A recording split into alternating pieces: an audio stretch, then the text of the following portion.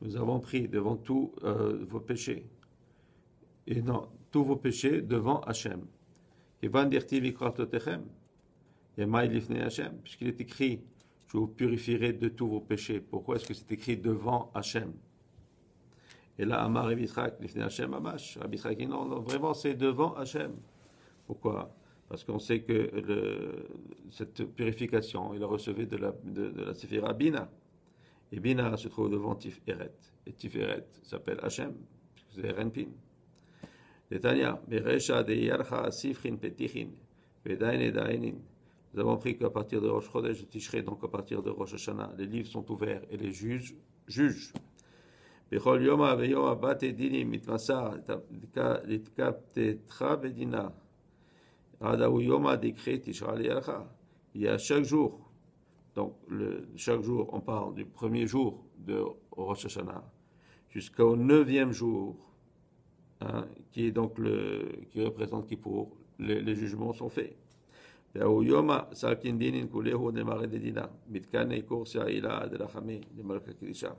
ce jour-là, donc tous ces jugements et tous ces montent devant le juge suprême, hein, et ils sont là devant Hachem. Des amis de Yoma Chara, l'imita Valeu, Bikursia Kadisha, de la Chame, Bikursia, Ivataranuta. Et donc, dans ce jour-là, les Israël doivent être heureux avec la Simcha devant Hachem. Donc, ils doivent manger, ils doivent boire. Ce sont surtout les 2 jours de Rosh Hashanah, ce sont des jours de fête. Et pourquoi? Parce qu'ils doivent avoir la confiance que leur jugement va être fait par le juge suprême, qui va les pardonner. Et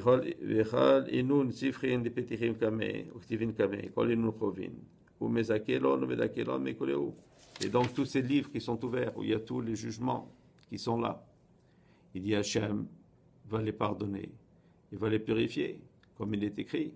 Et Hachem titrao. Il est écrit de tous vos péchés, vous serez pardonnés devant Hachem. Et c'est vraiment devant Hachem, comme on l'a dit, que devant Bina.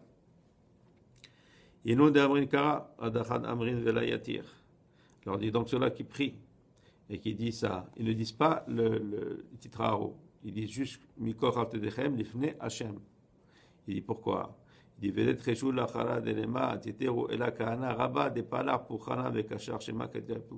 celui qui ajoutait ce mot pour dire Titharu, c'était le Kohen Gadol. C'est lui seul qui pouvait le faire. Pourquoi? Parce qu'il faisait la Avoda le jour de Kippour. Et c'est de lui donc qui faisait tous ces attachements, tous ces Yehudim, avec tous les noms et tout ce qu'il fallait pour que ça monte vers le haut.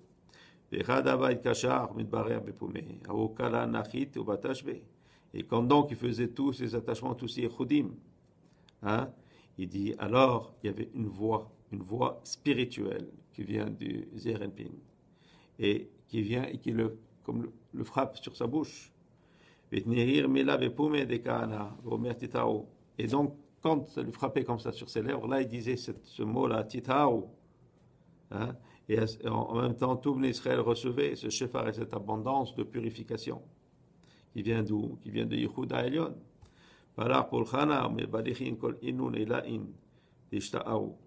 Et après la Avoda, il dit donc tous ceux-là qui étaient là, bien sûr, étaient bénis.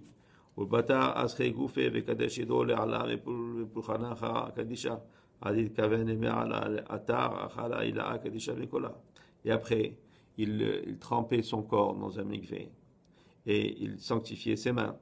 Pourquoi? Pour rentrer après dans l'avoda kedusha, qui quoi? Qui était donc cette avoda qu'il faisait dans le temps de l'année là, de rentrer dans Kodesh HaKodashim. Talta shurim sarinle kane achoy levae mikasha ima. Il y avait 3 lignes, 3 rangées qui l'entouraient. C'est les Kohanim, les Lévi'im et le reste, les Israël. Tous levaient leurs mains et priaient. Ils priaient pour lui, qu'il rentre en shalom et qui ressortent en shalom. Ils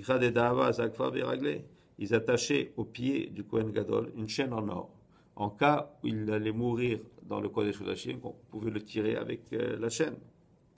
Natil tela pesira vekulu kamin vekiumehu vela natin batre. Et donc il allait 3 pas et tout le monde était debout et il ne le suivait pas.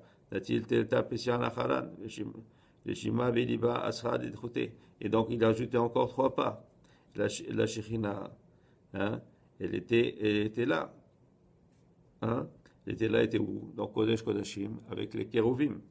Natil telata pesiran asirainin là. Encore, il a ajouté 3 pas. Et là, il fermait ses yeux pour ne pas voir la splendeur de la Shekhinah. Et al de atar deran shemarkol gatfe des chulvaya, mes amérim, il cachait gatfim perishanela.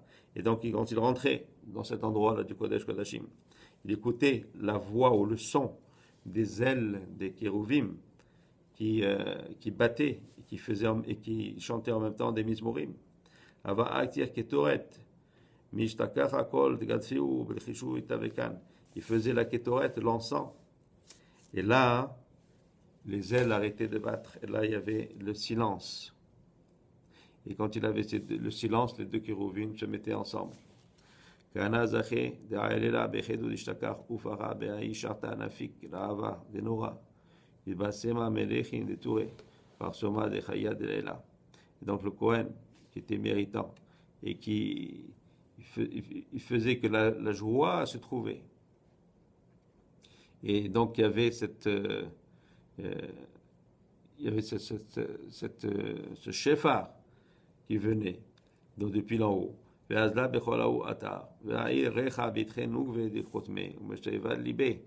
venait donc, il y avait comme un genre d'odeur qui venait, qui rentrait dans les narines du Kohen Agadol. Et quand il sentait ça, alors il était reposé ou il était satisfait parce qu'il savait que sa prière avait été acceptée en haut.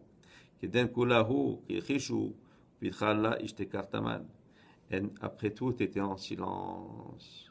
Pourquoi? Parce que même l'accusateur n'avait plus de place où être. Alors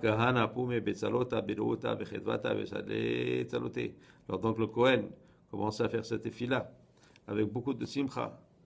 Et bien, Batar, des Siem, Zakfin, Kiruvia, Mekalmin, Gudgatfaihu, Mizamerim.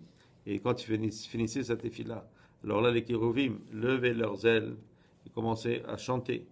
כדן ידע כהנא דלאות ההוא ועידן חדבתה לקולה ועמה ידעין קבל צלותי. Donc le Kohen savait qu'il y avait eu donc la volonté avec toute cette simcha que sa prière soit acceptée.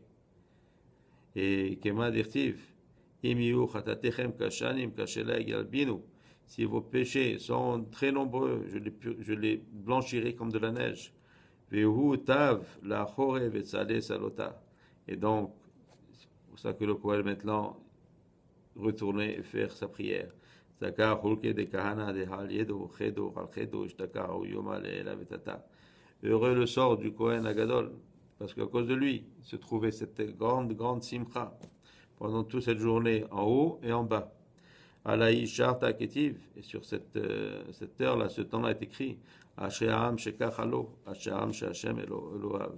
Et dit heureux est le sort du peuple dont ça se passe comme cela.